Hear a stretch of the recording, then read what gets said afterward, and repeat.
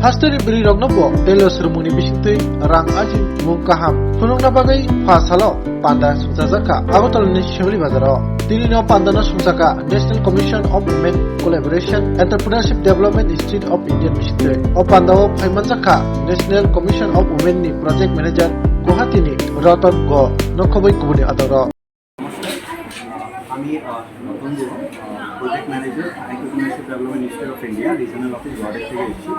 আজকে এই দিনে আমরা ন্যাশনাল কমিশন অফ উইমেনের থেকে স্পন্সর করা এন্টারপ্রেনিউরশিপ অ্যাওয়ারনেস প্রোগ্রাম একদিনে এই আগরতলায় ডিএসএস অফিসে আমরা করতে এসেছি, যেখানে সব মহিলারাকে কীভাবে নিজে উদ্যোগী হতে পারে, উদ্যোগী হওয়ার জন্য কী কী দরকার এগুলো বিষয়ে আমরা সজাগতা করব। আশা করি এটাতে আমরা যেটা এই প্রোগ্রামটার অবজেক্টিভ অল্প হলেও আমরা মিট করতে পারি। Thank you. এটা ন্যাশনাল কমিশন অফ ওমেনে স্পন্সার করেছে মহিলাদের জন্য, মানে মহিলারা যেন উদ্যোগে আগ বাড়ায় আসতে পারে আর ইকোনমিক কন্ট্রিবিউশনে ওরা সহযোগিতা দিতে পারে। এটা আপনার নাম স্যার? আমার নাম Ratan Guha, project manager entrepreneurship development institute of India regional office Guwahati থেকে।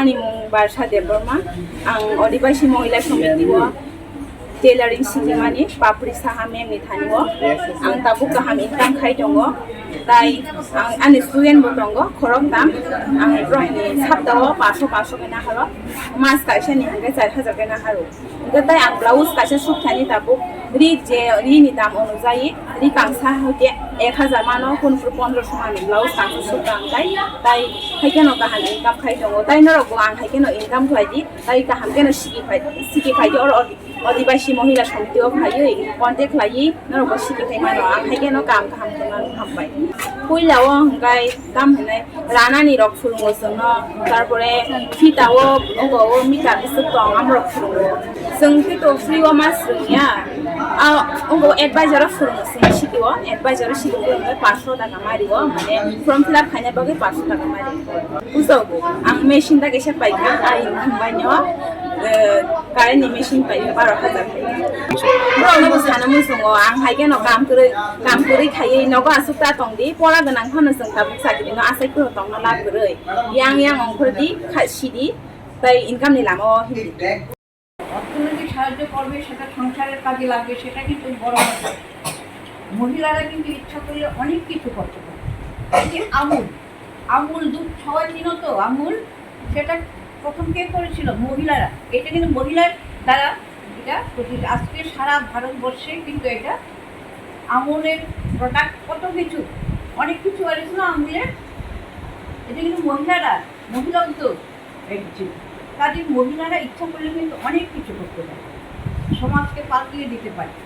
তা আমাদের ইচ্ছা এবং আশা থাকবে যে তোমরাও সেরকম একটা কিছু করো। হয়তো আমরা দেখতে পারবো না, হয়তো আমাদের তো বয়স হয়ে গেছে, শুনতে পারবো না, মারা যেতেও পারি।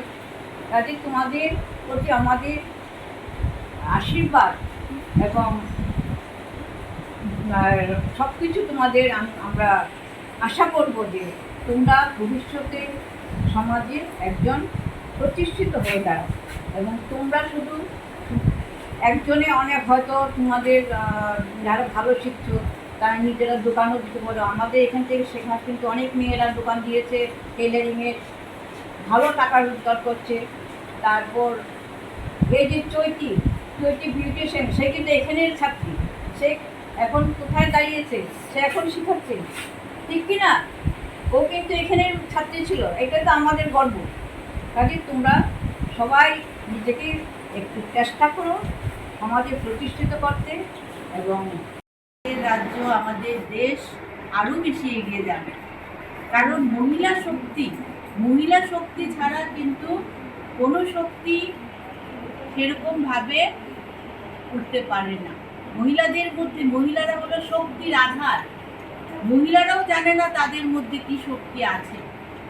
এই শক্তির আধারকে উজ্জীবিত করার জন্য জাতীয় মহিলা কমিশন এবং এই যে যারা এখানে উদ্যোক্তা, তারা আজকে যেই উদ্যোগটা নিয়েছেন, আমি তাদের আমার আন্তরিক অভিনন্দন, প্রশংসা করছি।